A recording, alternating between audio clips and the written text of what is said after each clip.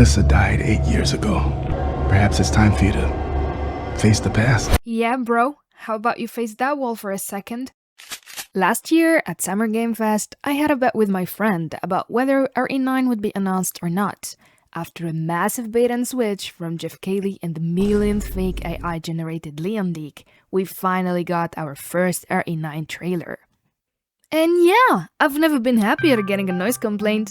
To say Capcom cooked with this one is an understatement, and it's not the Margaret type of cooking.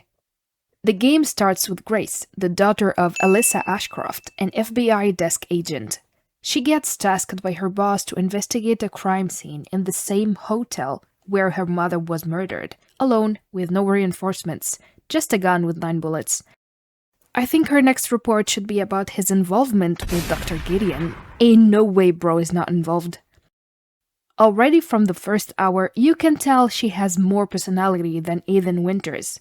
No hate for the RE series savior, but I'm glad to see Capcom go back to the old style of main characters having personality instead of being self-inserts. Speaking of old style, Grace's gameplay is classic survival horror Resident Evil. You know, the type where you need a key to open a door, but the key is hidden inside a box, so you need a key to the box, but that key is hidden in the underground garage, but the garage door is sealed with chains, so you need a chainsaw, but the chainsaw needs fuel. Well, you get what I mean.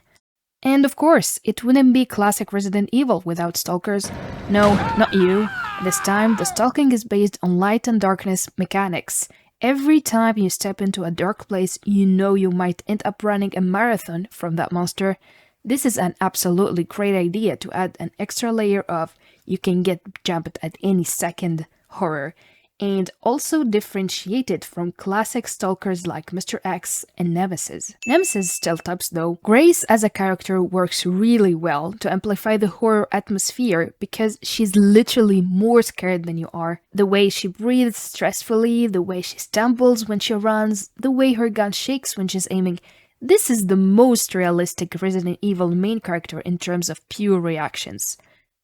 She's not brave like Claire, not strong as Jill, she's just a girl living the worst day of her life. I also love the way her voice shatters when she talks, even though I get why some people might find it annoying, but it adds more personality to her.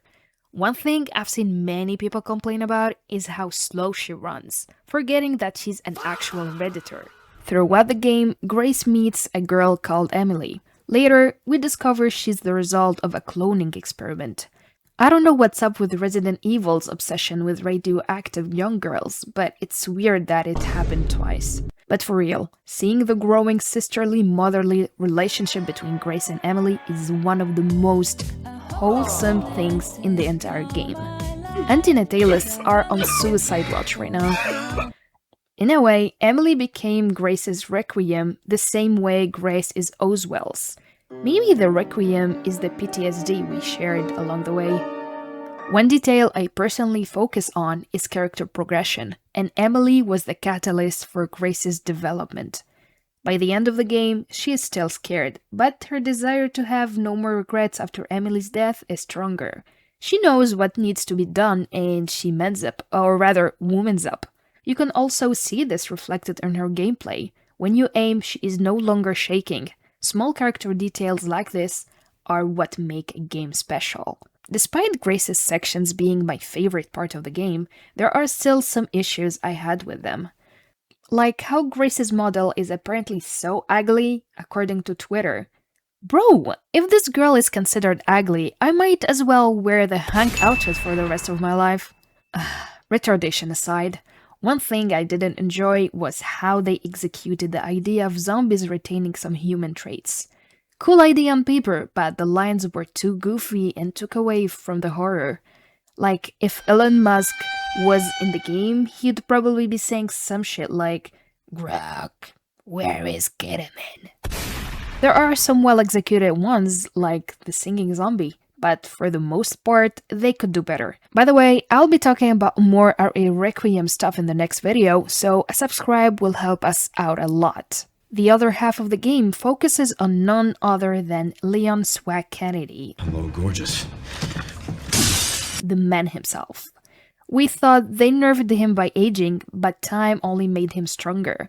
I know Capcom lets female employees design Leon, but bro is jacked in his 50s. Leon using steroids confirmed? Maybe it's the G-Virus, I don't know.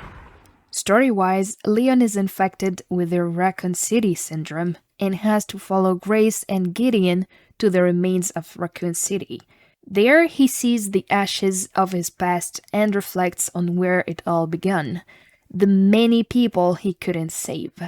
This emphasizes the struggle he's been going through all these years. If RE4 was Leon trying to save Ashley for his own redemption, RE9 is a reminder that even redemption won't bring back the people you already failed. Another way the game makes Leon face his past is by making Grace go through the same things RE2 Leon went through. They both get caught up in a big conspiracy, try to save people, fail, and feel the guilt. So, if there's someone who understands her, it would be him. Overall, Leon is not the central focus. This is Grace's story, and he's there to guide her and help her when needed. In terms of gameplay, we get an improved version of the RE4 remake combat system, coupled with more finisher animations to make it even more satisfying. Like damn, he can casually break a human skull with one hand. The cranial fracture thresholds sit around 3-7 kilonewtons. That's the force of several hundred kilograms of compression, basically hydraulic press. Bro will be power scaled with Kratos by Resident Evil 12. Going back to Raccoon City, many people felt this was nostalgia bait. Personally, I saw it as a Resident Evil 13th anniversary celebration. Where it gets messy though is the level design. It feels bland, especially coming from the care center section. We went from a 10/10 area to something closer to a 7/10. Also, the game's length didn't allow for slower progression like in RE4, so you end up maxing out weapon upgrades after only a few enemies encounters.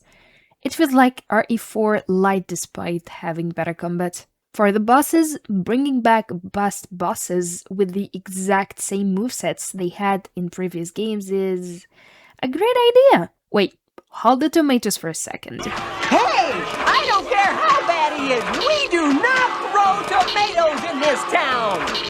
Remember Mr. X's fatal attack? Leon can parry it now. This shows how far he came in his journey. He is no longer a rookie cop. He's the bioweapon now. The problem is those old bosses don't offer anything new. This could have been easily fixed by adding a phase 2 with completely new movesets. Okay, maybe not easily, but leaving it like this feels lazy. Not to mention we got robbed of a Xeno boss fight. I'll admit though, Xeno might come back in the DLC. If not, he might be the biggest nothing burger villain in the entire series. So I'll hold my judgment for now. Resident Evil Requiem is the most cinematic Resident Evil title so far, like Spider-Man Miles Morales' level of cinematic. But this came at the cost of lowering the difficulty. Even standard classic is easy. By the time I got to Leon's section, I had already wiped most zombies with Grace. Still, I'm glad to see this feature from the OG RE2 return. One last thing I didn't see people talk about enough is the lighting effects. Resident Evil has been visually impressive ever since Capcom switched to the RE engine, but this game takes lighting to the next level. Probably because light and darkness are key elements of the horror design. The reflections look amazing, especially on hair strands, and the way they use different light colors to give each room its own identity is fantastic. This is exactly what the Raccoon City levels were lacking. At the end, it's a great game, I strongly recommend it, but play other Resident Evil titles first, because you can easily get lost in the lore if this is your first RE game.